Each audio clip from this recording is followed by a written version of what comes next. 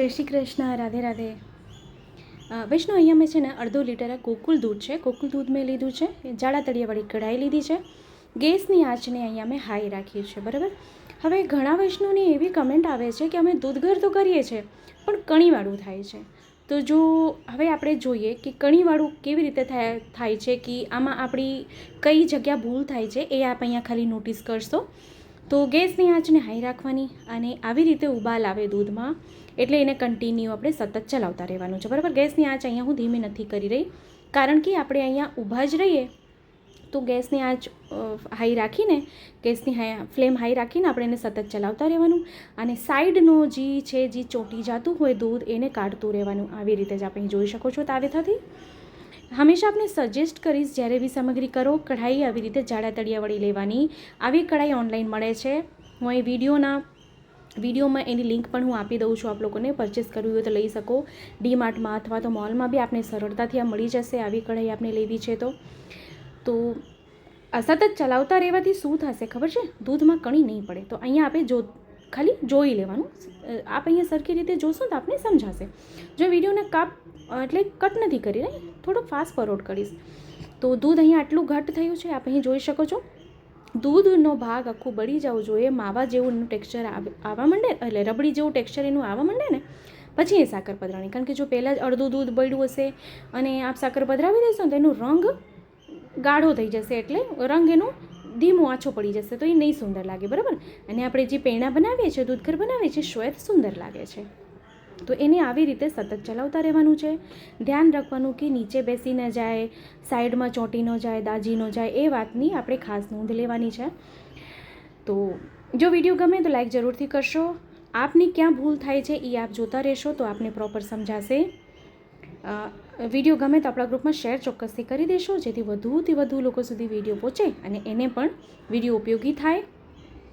તો હવે આ સ્ટેજ આવે ને, આવી રબડી, હવે અડધો લીટર દૂધ હોય, મેં આપને પહેલાં જણાવ્યું કે એમાં અડધો લીટર દૂધ હોય તો 50 ગ્રામ સાકર જોવે. એક માપ જ છે એક એનું, એટલે આપને ખબર જ, ટેન્શન લેવા જેવું નથી કે અડધો લીટર દૂધમાં કેટલી સાકર આપણે પધરાવીએ, બરાબર છે. હવે 50 ગ્રામ સાકર એટલે કેટલી થઈ જાય? આપણે 1/3 સાકર પધરાવી દેવાની. તો હવે જો, કારણ કે દૂધ બળી ગયું હોય છે ને પછી સાકર પધરાવશું ને તો આ દૂધઘરને વાર નહીં લાગે. અને જો દૂધ અડધું બળ્યું હશે ને સાકર પધરાવી દઈશું તો માવો છે ને લાલ થઈ જશે.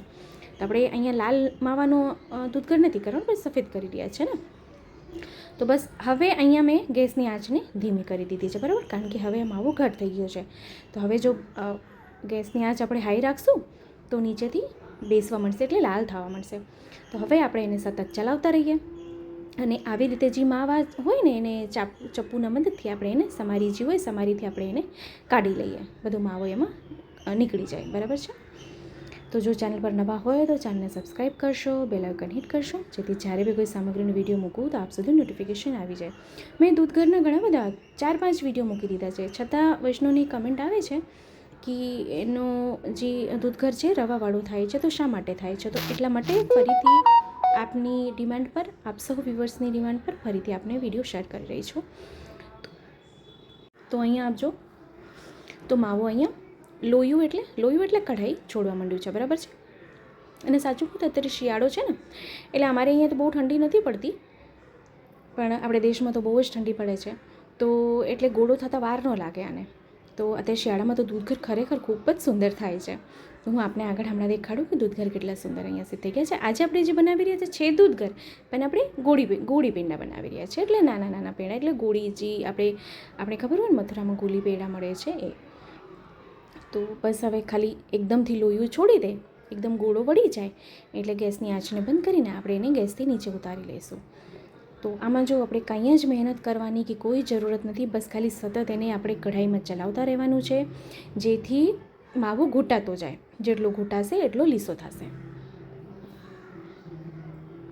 તો હવે આપને એવું થાય કે ગોકુળ દૂધ નથી મળી રહ્યું, મલાઈવાળું દૂધ નથી મળી રહ્યું, તો આપશે જે તબેલાનું દૂધ હોય છે એનો તો દૂધઘર ખૂબ સુંદર થાય છે. અમે તો આ દૂધનું જ કરીએ છીએ. તો અહીંયા એનું ટેક્સચર આપજો તો એકદમ સુંદર થઈ ગયું છે. હવે હજુ આપને કહીશ કે હજી જો ન સમજાતું હોય ને કંઈ તો આપ ફરીથી કમેન્ટ કરશો, હું ફરીથી વિડીયો આપ સાથે શેર કરીશ.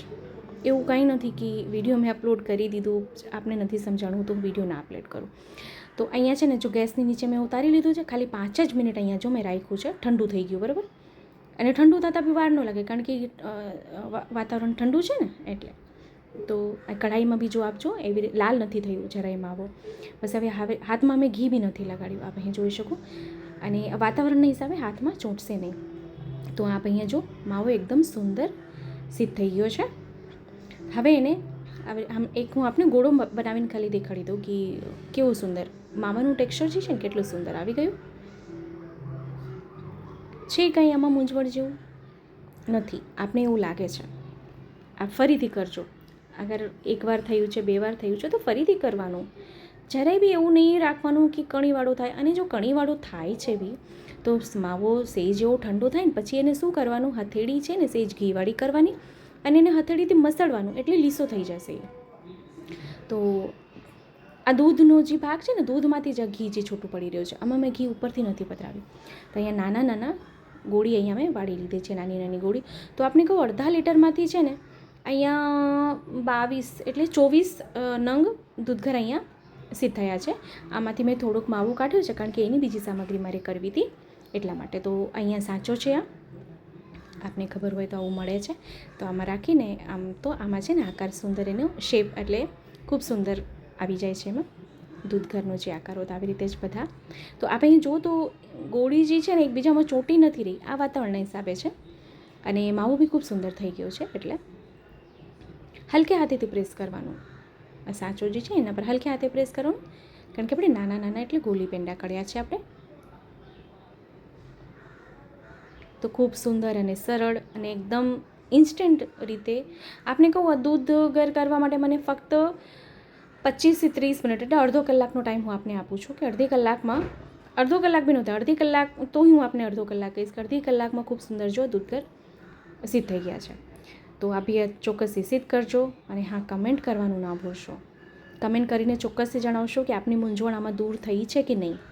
તો ખૂબ સુંદર અને સરળ રીતે અહીંયા દૂધઘરની સામગ્રી એટલે ગોળી પેંડા સિદ્ધ થઈ ગયા છે. ફરીથી મળશું નવા વિડીયોની સાથે. ત્યાં સુધી આપ સૌને મારા જય શ્રી કૃષ્ણ.